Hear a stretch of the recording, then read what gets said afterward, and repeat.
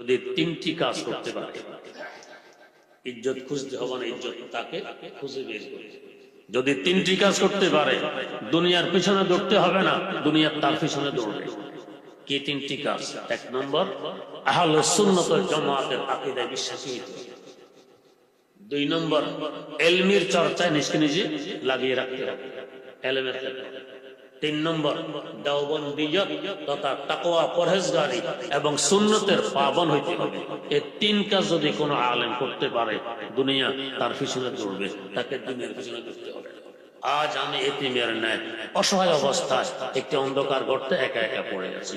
একজন মানুষ পৃথিবীতে নেই, আমার একটু খোঁজ নিবে, একটি সওয়াব পাঠাবে, ইসালে সওয়াব করবে। একটা পক্ষান্তরে এই নদীর অপর পাড়ে যে শুয়ে আছেন একজন মৌলভী সাহেব, 1000 বছর যাবত অসংখ্য মানুষ তার জন্য সওয়াব পাঠায়, ইসালে সওয়াব করে। তার নাম মুখে উচ্চারণ করলে এরপরে বলে রহমতুল্লাহ আলাইহি, আল্লাহ রহমত তার উপরে নাযিল হোক।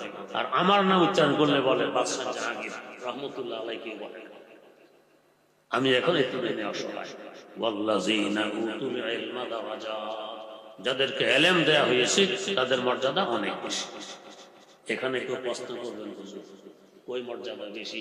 আমরা দেখি বর্তমান বিশ্ব আলেম সমাজকে নিয়ে হাসাহাসি করে, তিরস্কার করে, মজা কুড়ায়, ঠাট্টা করে, অবাস্তব অবান্তর কত দোষ এদের ঘাড়ে চাপায়। কোথায় মর্যাদা? ভাইয়েরা, মর্যাদাবানের মর্যাদা বুঝতে হলো তো যোগ্যতা লাগে। মর্যাদা না বুঝলে তিরস্কারই চলে। আপনাদেরকে যদি এখন বলা হয় আপনার আব্বার কোলে গিয়ে একটু পায়খানা করে আসুন, কে পারবেন? পারবেন না। যে 5000 টাকা আপনার হাতে দিলাম, পায়খানা করে আসুন, বলবেন কি তোমার টাকা পায়খানা করি, বাপের কোলে পারবো না? কেন পারবো না? ইনি আমার জন্মদাতা, পিতা, অনেক মর্যাদাশীল, বাবার কোলে পায়খানা করা যায়। ছোটবেলায় করছিলেন কি? কারো বুকে সাহস আছে যে বলতে পারে হুজুর আমি করি নাই, আল্লাহর ওলি হইয়া জন্ম নিয়েছিলাম, জীবনে এই কাজ করি নাই? কি বলতে পারবো? করছি বহু। তো তখন আমার জন্মদাতা পিতা ছিলেন না, তখন মর্যাদা ছিল না, তো পায়খানা কেন করলেন? আমার বুদ্ধি শুদ্ধি ছিল, আমি ছিলাম অবুঝ, তাই করছি। এখন বুঝে এসে গেছে, মর্যাদা বুঝার মতো, এখন টাকা দিলেও ভাবলো না, তখন বিনা টাকায় করছি। ঠিক তেমনি ভাবে আলেম সমাজের মর্যাদা বুঝার মতো যোগ্যতা যার আছে সে মাথায় নিয়ে হাঁটে, আর যার বুঝার মতো যোগ্যতা নেই এই তিরস্কার। এই সম্পর্কে একটি ঘটনা বলছে, এরপরে শেষ করছি। হাকিমুল উম্মত মুজাদ্দিদুল মিল্লাত হযরত শাহ আশরাফ আলী থানভী রাহমাতুল্লাহ আলাইহি লিখেছেন, একজন হুজুর গুলিস্তান পড়াইছেন, শেখ সাদি রাহমাতুল্লাহ আলাইহির রচিত ফার্সি ভাষার মহামূল্যবান একটি কিতাব। এখন আমাদের কওমি মাদ্রাসায় সিলেবাস পড়ানো। তো পড়ানোর সময় একটি কথা পড়াই বলতেন, এই কথাটির মূল্য 50,000 টাকা, এই কথাটির মূল্য 1 লক্ষ টাকা। টাকার অঙ্ক বলে বলে পড়াইতেন। ক্লাসে একজন ছাত্র ছিল আমার ন্যায় বুঝবুদ্ধির অভাব। ও ভাবতো কথাটি বাজারে নিয়ে বিক্রি করলে 1 লক্ষ টাকা পাওয়া যায়। একদিন মাদ্রাসার ছুটি, বাড়ি যাওয়ার পথে তার পায়ের স্যান্ডেল ছিঁড়ে যায়। মুচির কাছে এসেছে স্যান্ডেল জোড়া দিয়ে। মুচি স্যান্ডেল জোড়া দিয়ে বলছে ভাই 2 টাকা দাও। ছাত্রটি করলো কি, শেখ সাদি রাহমাতুল্লাহ আলাইহির 1 লক্ষ টাকা মূল্যের একটি বাণী শুনে বলছে এটা তোমাকে দিলাম, এর মূল্য 1 লক্ষ টাকা, এর বিনিময়ে আমার স্যান্ডেল দিয়ে দাও। মুচি বলছে এত কথা বুঝেছি না, 2 টাকা না দিলে আমি স্যান্ডেল দিব না। বেচারা পড়ছে বিপাকে, ব্যাপার কি? ওস্তাদজি বললেন এটার মূল্য 1 লক্ষ টাকা। মুচি হেঁটে না নিয়ে 2 টাকা যায়, ফিরে এসে গেছে মাদ্রাসা খালিফায়, স্যান্ডেল তো মুচির কাছে আছে। এসে বলতেছে হুজুর গুলিস্তান পড়ানোর সময় অমক কথার মূল্য 1 লক্ষ টাকা বলেননি? হ্যাঁ বলেছি। সত্য বলেছেন? একেবারে সত্য বলেছি।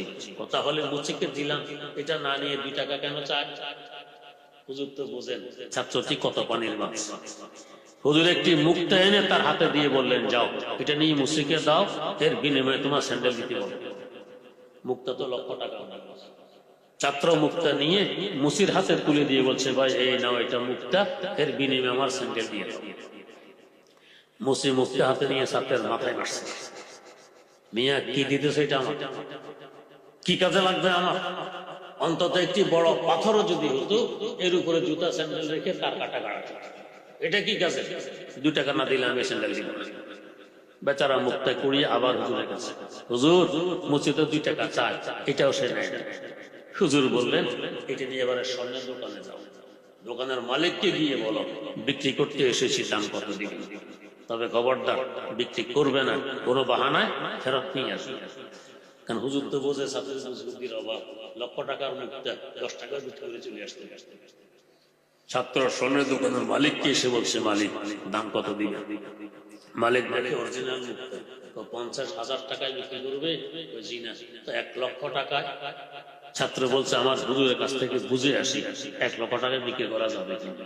ফিরে এসে বলতেছে, হুজুর স্বর্ণের দোকানের মালিক 1 লক্ষ টাকা মূল্য বলতেছে। হুজুর বললেন, এবার কিছু বুঝে এসেছে।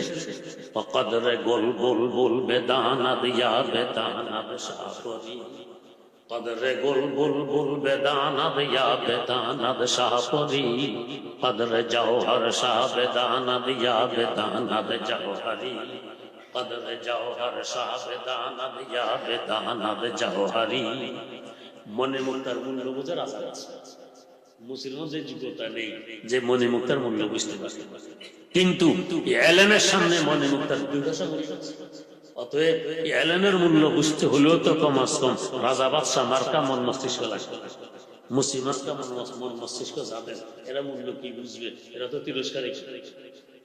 অতএব যাদেরকে দেখবেন এলেম নিয়ে, মাদ্রাসা নিয়ে, মসজিদ নিয়ে, আলেম নিয়ে তিরস্কার করে, মজা কুড়ায়, বুঝবেন মুসলিমার কা মন মস্তিষ্কের মালিক।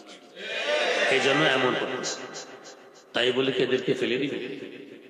ছোটবেলা আব্বা আমার বলে পায়খানা করেছি, আমাদেরকে ফেলে দিয়েছি, ধুয়ে মুছে পরিষ্কার করে বুকে জড়িয়ে ধরেছে।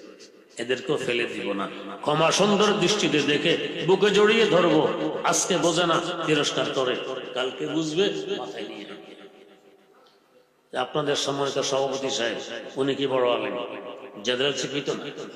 এখন কেন এই মাদ্রাসা মসজিদ নিয়ে এত মিটিং?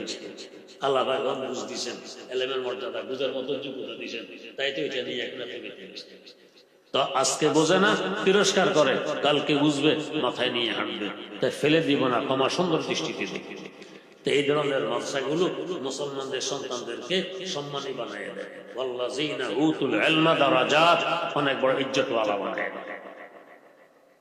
যদি 3টি কাজ করতে পারে, ইজ্জত খুঁজতে হবে না, ইজ্জত তাকে খুঁজে বের করে। যদি 3টি কাজ করতে পারে, দুনিয়ার পিছনে দৌড়তে হবে না, দুনিয়ার তার পিছনে দৌড়বে। কি 3টি কাজ? 1 নম্বর, আহলুস সুন্নাত ওয়াল জামাতের আকীদায় বিশ্বাসী হতে হবে। 2 নম্বর, ইলমের চর্চায় নিজকে নিজে লাগিয়ে রাখতে হবে, ইলমের।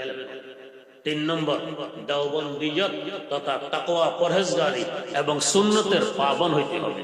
এই 3 কাজ যদি কোনো আলেম করতে পারে, দুনিয়া তার পিছনে দৌড়বে, তাকে দুনিয়ার পিছনে দৌড়তে হবে।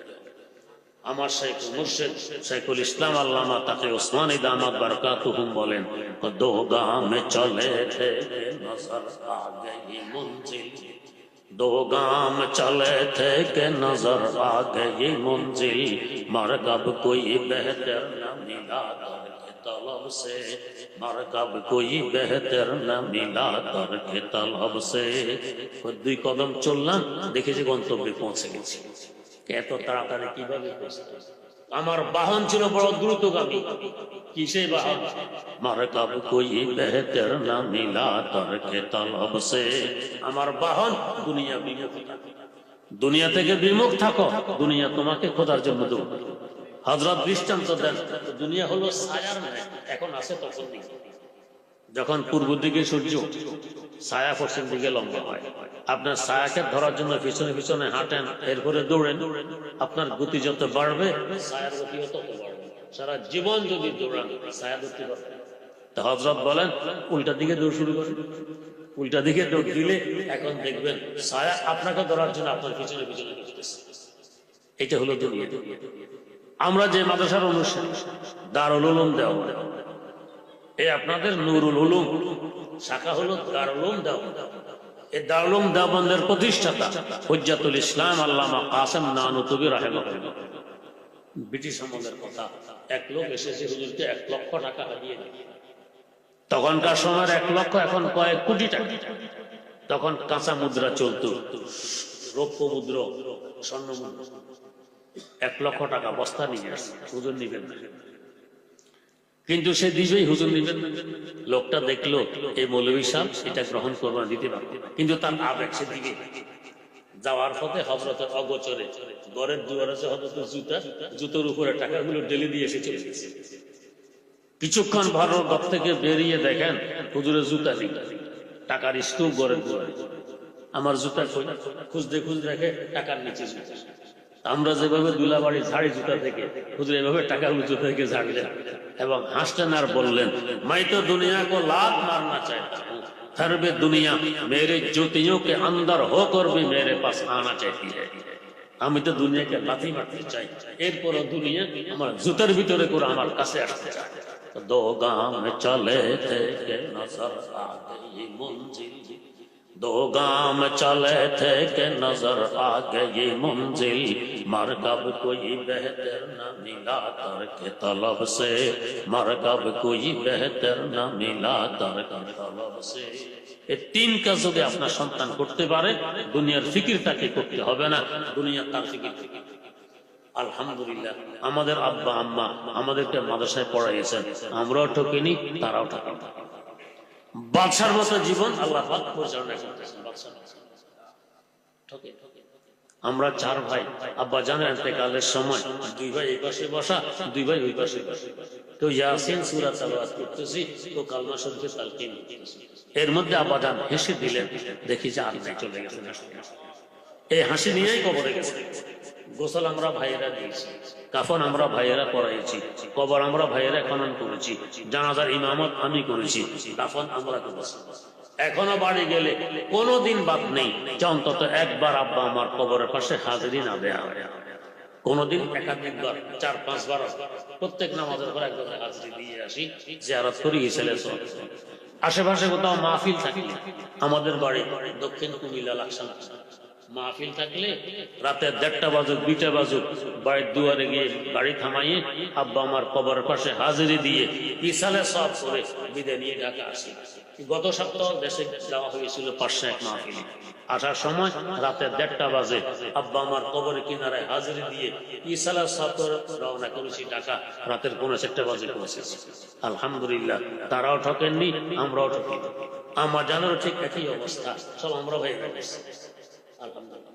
তো আপনার সন্তানকে মাদ্রাসায় পাঠান, ছেলে মেয়েকে পাঠান, যদি 3 কাজেরা করতে পারে, আহলে সুন্নাত ওয়াল জামাতের আকীদার বিশ্বাসী, ইলমি চর্চা নিজে নিয়োজিত রাখা এবং তাকওয়া পরহেজগারি আর সুন্নতের পাবন্দি করা, ইনশাআল্লাহ দুনিয়া নিয়ে তাকে চিন্তা করতে হবে না, দুনিয়া তাকে নিয়ে চিন্তা করতে হবে। আল্লাহ রাব্বুল আলামিন আমাদেরকে সহি বুঝার তৌফিক দান করুন।